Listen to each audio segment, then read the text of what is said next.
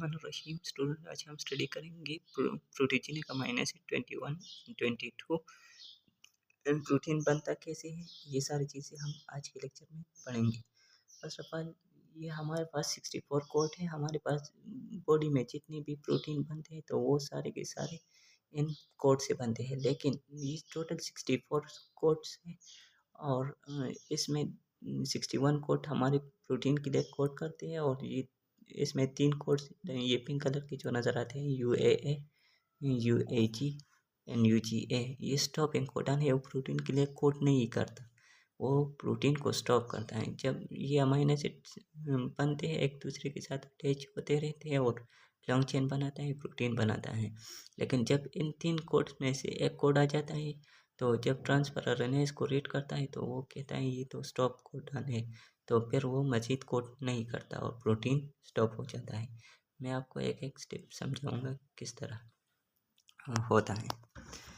तो first of all, ये आप कंसिडर कर लो ये लूप है और इस पर मुख्तलिफ कोड प्रेजेंट है। तो ये आप कंसिडर कर लो कि ये एक मैसेंजर आरएनए है। इस तरह मैसेंजर आरएनए पर कोड्स प्रेजेंट होता है।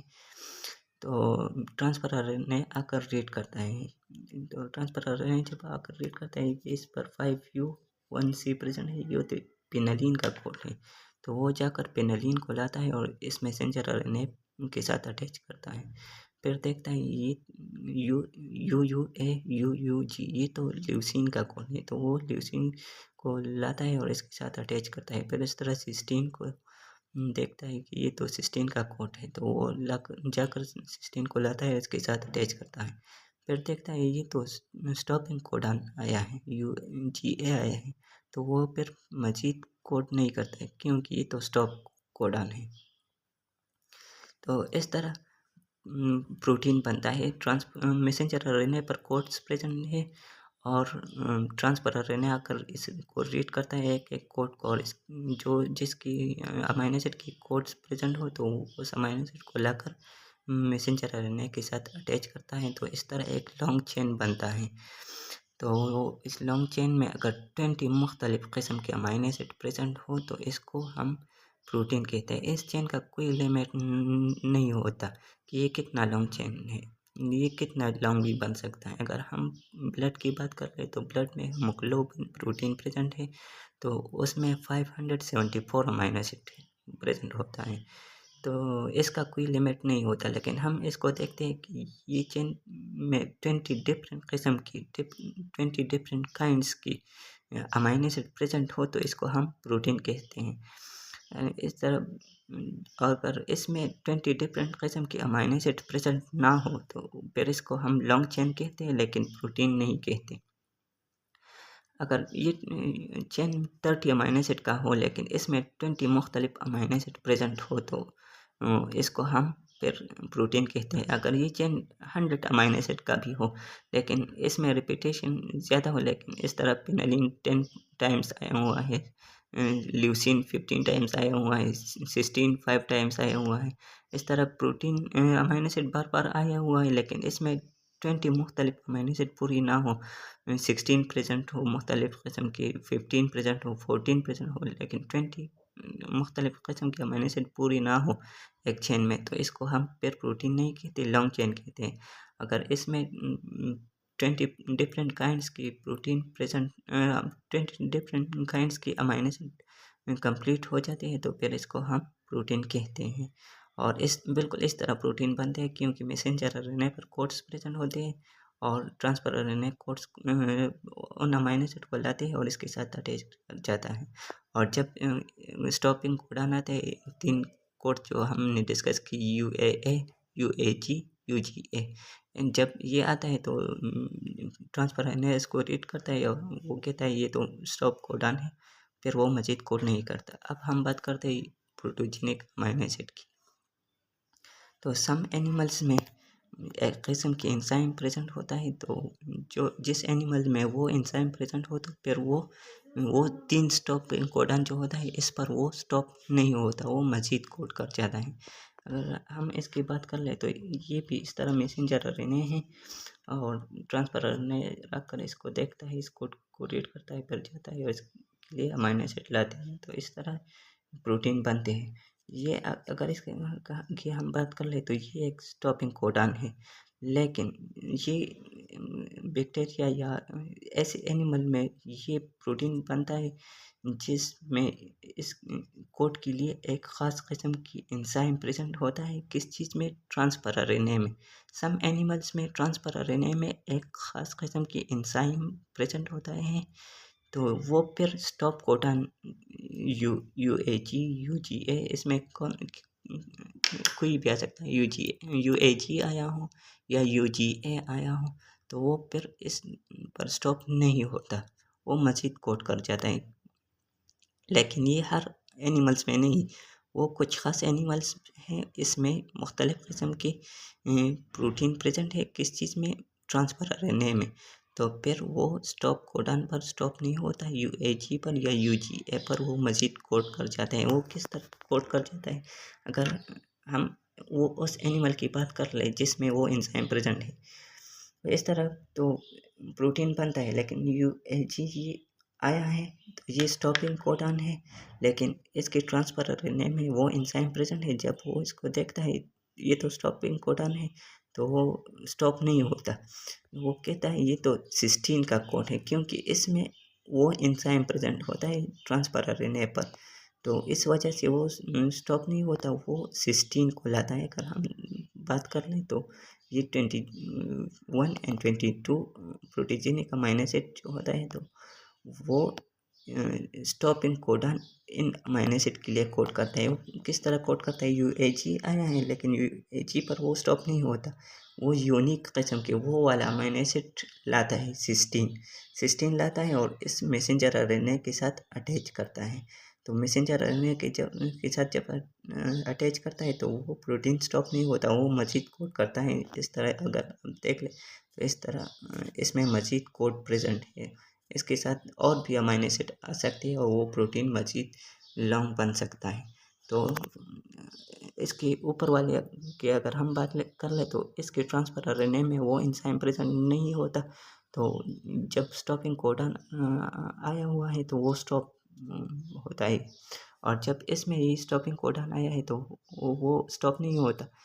वो देखता है कि ये तो सिस्टीन का कोड है, क्योंकि इसकी ट्रांसफर आरएनए में वो वाला एंजाइम प्रेजेंट है, वो यूनिक टाइप की एंजाइम प्रेजेंट है।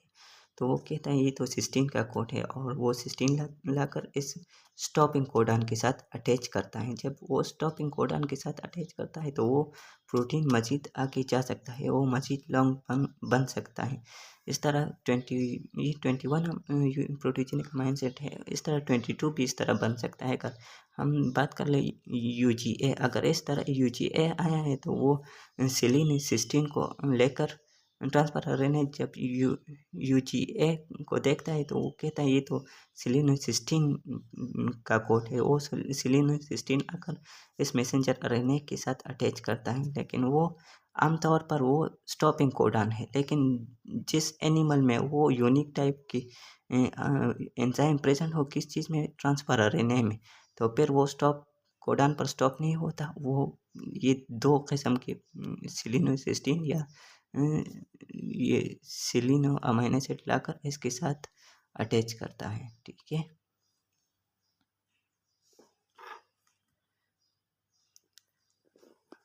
इस तरह हम बात करते हैं proteinogenic amino acid 21 selenocysteine, also known as 21st amino acid, is unique among the proteinogenic amino acid। ये एक यूनिक अमीनो एसिड है सेलिनोसिस्टीन, also known as the 21 amino acid है, और ये एक यूनिक टाइप है। क्या है यूनिक टाइप का?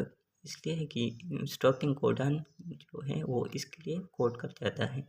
It is the only amino acid containing an essential dietary micronutrient selenium as a constituent component, the only amino acid encoded by UGA codon, and the only one synthesized on its transfer RNA in all domains of life।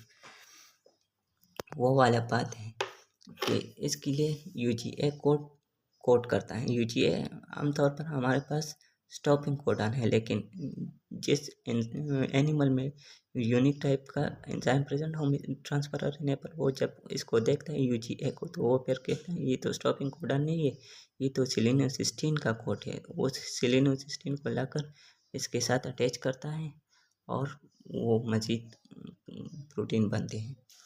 ठीक है, और ये selenium जो है वो एक micronutrient है। वो माइक्रोन्यूट्रिएंट मैंने कल आपको समझाया था कि जो चीज़ बॉडी को पर डे 100 मिलीग्राम से कम चाहिए होता है, कम नीड होता है, तो इसको हम माइक्रोन्यूट्रिएंट। तो ये भी एमसीक्यूज में आता है कि सिलीनियोसिस्टीन माइक्रोन्यूट्रिएंट है या मैक्रोन्यूट्रिएंट है, और इसके लिए कौन सा कोडन कोड करता है, यूजीए।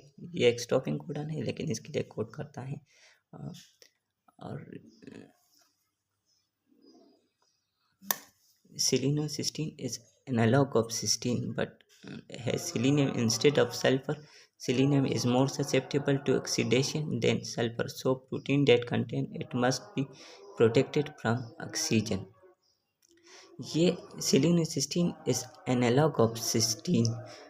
सेलिनोसिस्टीन ये एनालॉग है सिस्टीन का। किस तरह, मैं आपको डायग्राम की वजह से आपको समझा रहा हूँ किस तरह है। अगर हम देख ले तो ये वाला डायग्राम और ये वाला डायग्राम बिल्कुल सेम है। ऑक्सीजन इधर भी है, इधर भी है, अमाइड ग्रुप इधर भी है, इधर भी है, OH ग्रुप इधर भी है, उधर भी है। सिर्फ इस जगह में वाले इधर थाइरोल ग्रुप प्रेजेंट है, HNSC, ये हमारे पास क्या है, थाइरोल ग्रुप है, और इधर सल्फर ग्रुप है। तो एनालॉग हम इसको कहते हैं जो सारा कंपाउंड एक जैसा हो लेकिन सिर्फ एक एलिमेंट या एक एटम डिफरेंट हो, तो इसको हम क्या कहते हैं, तो इसको हम एनालॉग कहते हैं। तो ये सेलिनोसिस्टीन एनालॉग है किस चीज़ का, सिस्टीन का, क्योंकि सिस्टीन में सल्फर प्रेजेंट होता है और सेलिनोसिस्टीन में क्या प्रेजेंट होता है, थाइरोल ग्रुप प्रेजेंट होता है। तो इधर थाइरोल ग्रुप है और इधर सल्फर है, तो ये एक डिफरेंस है। तो इस और बाकी सारा कंपाउंड एक जैसा है, तो इसकी वजह से इसको हम क्या कहते हैं, analogue. Selenium is analogue of cysteine. तो ये दोनों एक चीज़ है लेकिन सिर्फ एक एलिमेंट पर डिफरेंट है या एक एटम पर, तो इसलिए इसको हम एनालॉग कहते हैं। Selenium is more susceptible to oxidation than sulfur, so protein that contain it must be protected from oxygen. जिस एलिमेंट में सेलिनियम प्रेजेंट होता है तो वो मोर ससेप्टेबल टू ऑक्सीडेशन, वो ऑक्सीडेशन के लिए बहुत आसानी के साथ वो ऑक्सीडाइज हो सकता है। जिसमें सेलिनियम प्रेजेंट हो, जिसमें सल्फर प्रेजेंट हो, वो आसानी के साथ ऑक्सीडाइज नहीं होता। तो selenium is found in countless species of all domains of life. It is located in the active site of enzyme that participate in oxidation reduction reaction. Selenocysteine present होता है बहुत सी सारी स्पीशीज में, बहुत सारे एनिमल्स में वो प्रेजेंट होता है, और वो ज़्यादातर एक्टिव साइट में प्रेजेंट होता है क्योंकि वो ज़्यादातर ऑक्सीडेशन रिडक्शन के लिए एक्सपोज होता है। सेलिनियम बहुत आसानी के साथ ऑक्सीडेशन रिडक्शन करता है। वो ज़्यादातर एक्टिव साइट ऑफ एंजाइम में प्रेजेंट होता है। एक्टिव साइट क्या चीज़ है, अगर हम देख लें तो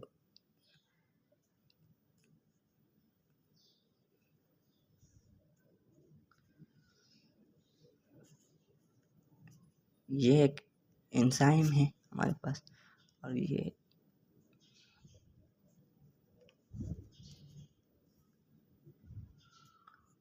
हमारे पास एक्टिव साइट है। ये हमारे पास एंजाइम है, ये हमारे पास एक्टिव साइट है। एंजाइम जिस जगह पर रिएक्शन करता है तो इसको हम एक्टिव साइट कहते हैं। तो एंजाइम आकर इस जगह पर फिट हो जाता है तो इसको हम एक्टिव साइट कहते हैं। जिस जगह पर एंजाइम फिट हो जाता है, जिस जगह पर एंजाइम रिएक्शन करता है, तो इसको हम एक्टिव साइट कहते हैं। तो ये ज़्यादातर एक्टिव साइट पर प्रेजेंट होते हैं क्योंकि वहाँ एंजाइम और सबस्ट्रेट रिएक्शन करता है तो वहाँ पर ऑक्सीडेशन रिडक्शन ज़्यादा होता है। तो सेलिनोसिस्टीन ज़्यादातर किस जगह प्रेजेंट होता है, एक्टिव साइट ऑफ एंजाइम में प्रेजेंट होता है। This include glutathione and peroxidase reductase thyrodoxine reductase and iodothyronine and diodinase। ये सारे इसकी क्या एग्जाम्पल है? Sea food and liver are the most selenium rich food containing 400 to 1500 microgram per kg। Meat contain 100 to 400 microgram per kg, while grain, vegetable and fruits usually contain much less। ये ज़्यादातर selenium 400 to 1500 meet में present होता है, 100 to 400 microgram पर KG ये vegetable सब्जियों में present होता है और बहुत सारी चीज़ों में प्रेजेंट होता है, लेकिन लेस अमाउंट में। ये हमारे पास सेकंड वाला प्रोटोजेनिक अमीनो एसिड है पाइरोलिसिन। ये भी बिल्कुल इस तरह है जिस तरह हमने 21 वाला अमीनो एसिड स्टडी किया, बिल्कुल इस तरह है, लेकिन इसके लिए जो कोड करता है वो UAG कोड करता है। उसके लिए UGA कोड करता था 21 के लिए, और इसके लिए UGA कोड करता है। तो ये इम्पोर्टेंट चीज़ें हैं, ये इसमें कुछ नहीं है, ये तो सारे सिर्फ रीडिंग के लिए चीज़ें हैं, लेकिन जो कंसेप्ट मैंने आपको दिया वो इम्पोर्टेंट चीज़